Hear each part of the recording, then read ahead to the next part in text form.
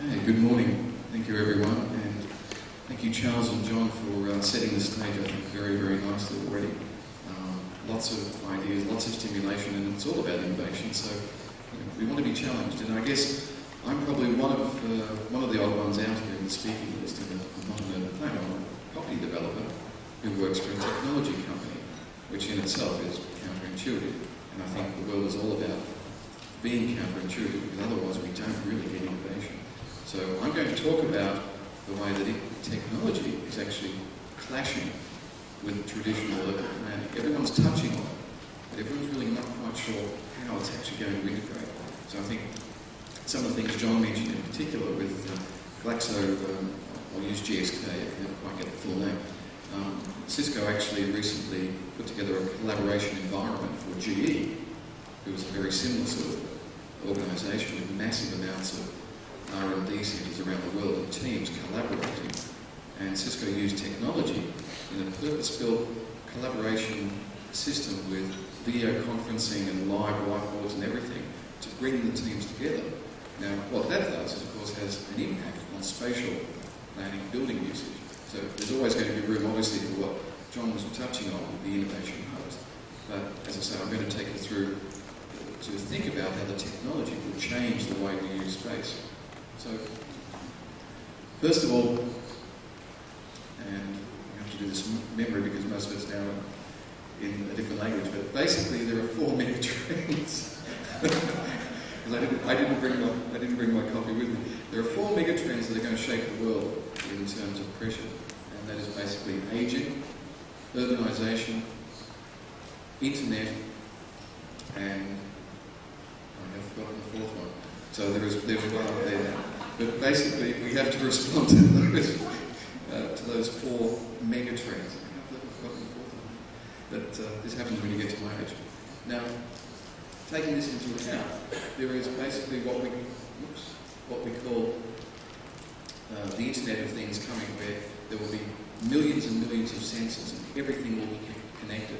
So everything you see on that screen is going to be connected. And I was in China recently talking about pigs and farming. Every little pig was connected by a little RFID tag. The world, will be in a place where the Internet of Things, where everything is connected, is happening. Now, what we do with that is actually a massive challenge, and I can say that our team at Cisco, a very small team that works in urban innovation, is actually grappling with that right now, because it's one thing to have all this information, but what the hell do you do with it, especially when there are multiple stakeholders? A lot of you are in the city, but there's central government, there's operators, there's utilities, there's all sorts of different stakeholders, and that information flow is going to be very challenging for us as we move forward. So, but I would also, just as a general note, coming back to again while we're getting this queued up, what John and Charles were saying, I think the traditional urban planning environment has got to change. And I speak with a lot of urban planners. I was working in Abu Dhabi on Korean city development with about 500 different engineers and urban planners from Arab, WSP and Atkins and Foster's and all sorts of people. There is still a massive gap, in my opinion, of dialogue, and we need to have this dialogue between the traditional role of urban planning in a spatial sense versus the way technology will actually impact on that. Because what's happening is all of the great innovations are actually coming out of the labs of Siemens and Cisco, all these sorts of things. I'm used to winging it, as we say, but that made it even harder. But there is this juxtaposition, and I would encourage you, because my sense is that when I go to a lot of these debates, that everybody is on the planning side. And I also talk with Suez and Veolia, who operate water and power utilities. These companies are never in the same room as the urban planners. So I find it very interesting that the operators of cities and the planners of cities are not always talking. And I think that's one of our challenges, is to bring those people together. Now, I'll get meandering off track, I'll get back on track now. So what we at Cisco basically are saying is that we've had a couple of different ages of computers and the internet. We had phase one, prior to 2001, which was kind of, the internet was a bit of a business-driven thing. Phase two, 2001 to 2007, suddenly the consumer started to embrace the internet and technology, all pervasive, everywhere, ubiquitous, much used word. We're now moving into phase three, which is where everything is coming together, and the merging of the business, the consumer, is all becoming one, and this is the Internet of Things. And this is not in textbooks yet. This is not really well thought through. We know it's going to happen, but we don't know the ramifications of this yet. So, why do we focus on cities? Because of all this, well, obviously, most of us live in cities. Cities are urbanising. Infrastructure is a massive part of cities. We have to work on that, transport, climate change, all of these good things that we kind of know. I'm just flicking through so that we get keep Peter happy with the timing here. Just to give you a background, why Cisco is a technology company focused on cities? Well, 4 years ago, very quickly, we worked with the Clinton Climate Group to actually create what was called the Connected Urban Development Program, which basically provided a platform for Cisco to invest a lot of money in pilot programs around cities using technology to show how a connected environment can make an impact in a city. So for the last 4 years, Cisco has been spending a lot of money proving, or trying to prove, how cities can be smarter by being connected. And from that program sprang a major initiative for Cisco. Now, this is an example in itself of innovation. One part of Cisco didn't actually know what we were doing. They kind of saw what we did for 4 years in the urban environment. And suddenly they thought, hold on, this is an emerging market adjacency for Cisco.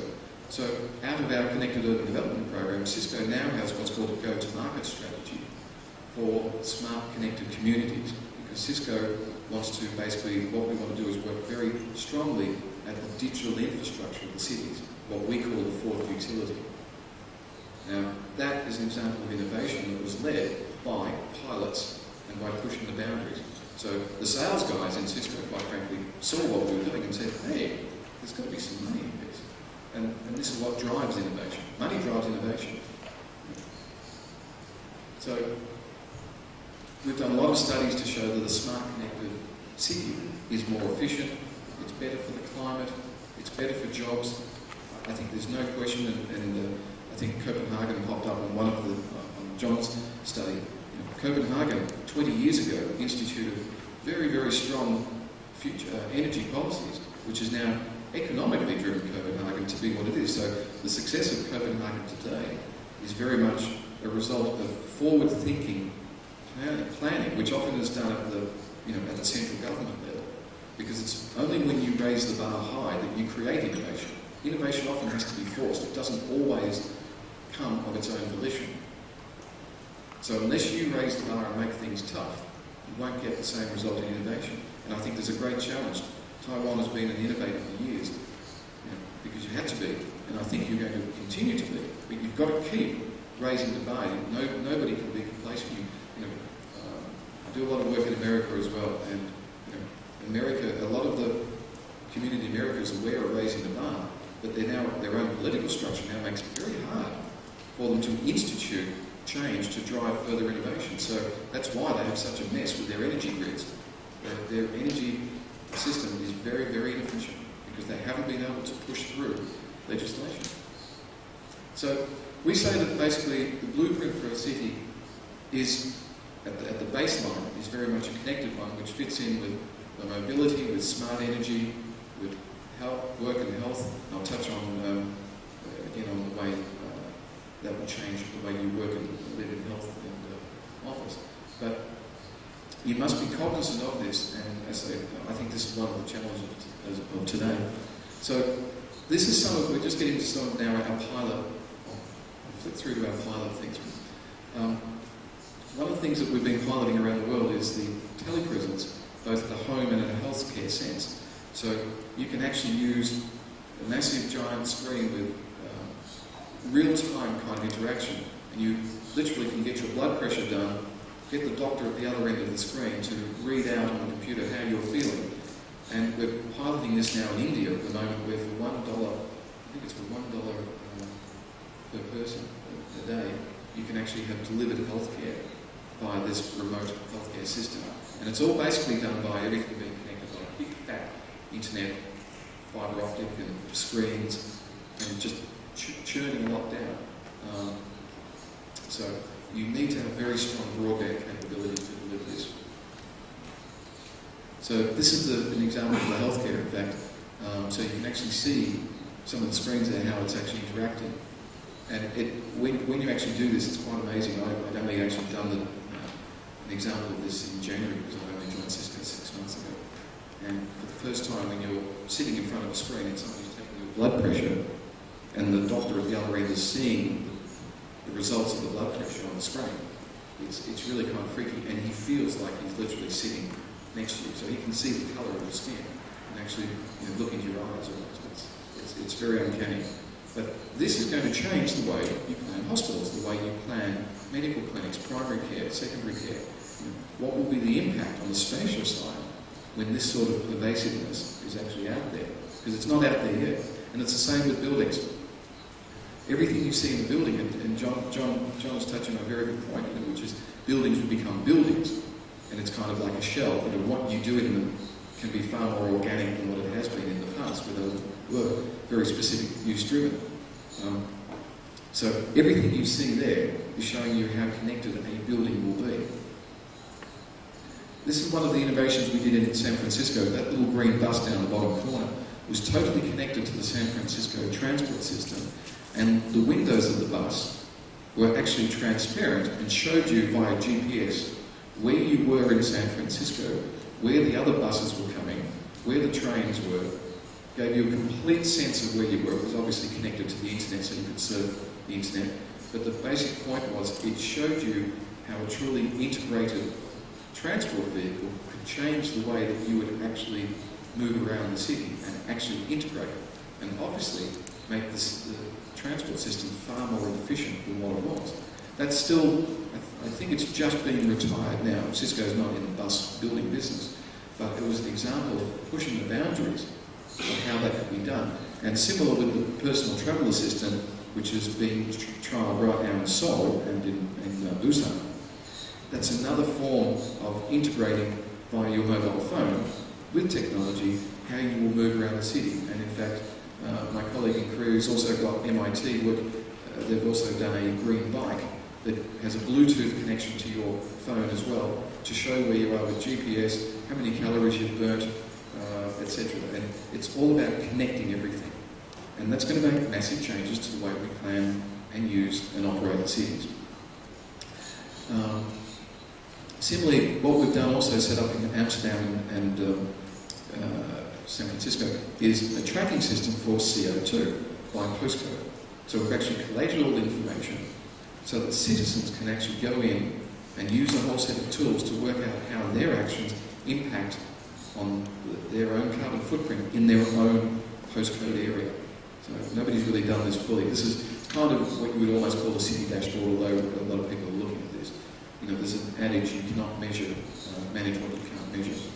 Challenge is, by the way, San Francisco, 1%, the city of San Francisco is only in control of 1% of its carbon emissions. And this is why I was explaining about the impact of operators, utilities and other entities must work in with cities, because cities aren't always in control of everything they do. You're in the middle, but you're not necessarily always in control. And that's what I was saying in the dinner table last night. Cities must act as a catalyst of change and pull all of the stakeholders above and below together to actually get the change, because they don't control it fully. So, I'm winding up now, Pedro, the last two slides. So, what are the lessons we're seeing? You really must pull together, as I said, the public-private partnerships, and this is the above and the below side of things. Successful cities are doing that. They're reaching up and they're reaching down. So, and that's why it has to be a mixture of the bottom-up and the top-down approach. So the collaboration is key. Very simple cases, simple explanations. I'm a non-technology guy who works for a technology company. And if the techno guys cannot explain to me how it works, I say forget it, because no one else will. It's got to be simple. So the other thing, and I think it was, I think it might have been Charles, ecosystems, multidisciplinary teams, you have to bring together all of those people. You cannot make decisions and planning in isolation, in silos. I've worked in companies where we planned a city and there were too many silos. It was terrible. You've got to break through the silos. You've got to have the guy who runs the water company sitting next to you when you're actually planning how the water distribution network will go. You cannot do it just with an engineer. Sorry, the engineers here. You need everybody there. So I think the conclusion, I would say basically is that as I say, you must be a change agent. ICT is very much going to be the glue that holds the city together. But ICT is also, it's not just a driver of innovation in itself. It's a driver of change in the cities. So it's going to contribute to the economic growth of the cities. And as I said, in Copenhagen, there's so many case studies, whether it's Silicon Valley, etc. Technology will drive both the economic growth, but it will also drive a massive change in the way we work, live in the cities. And the challenge, I think, for everyone here is to work out how do we pull this together and how do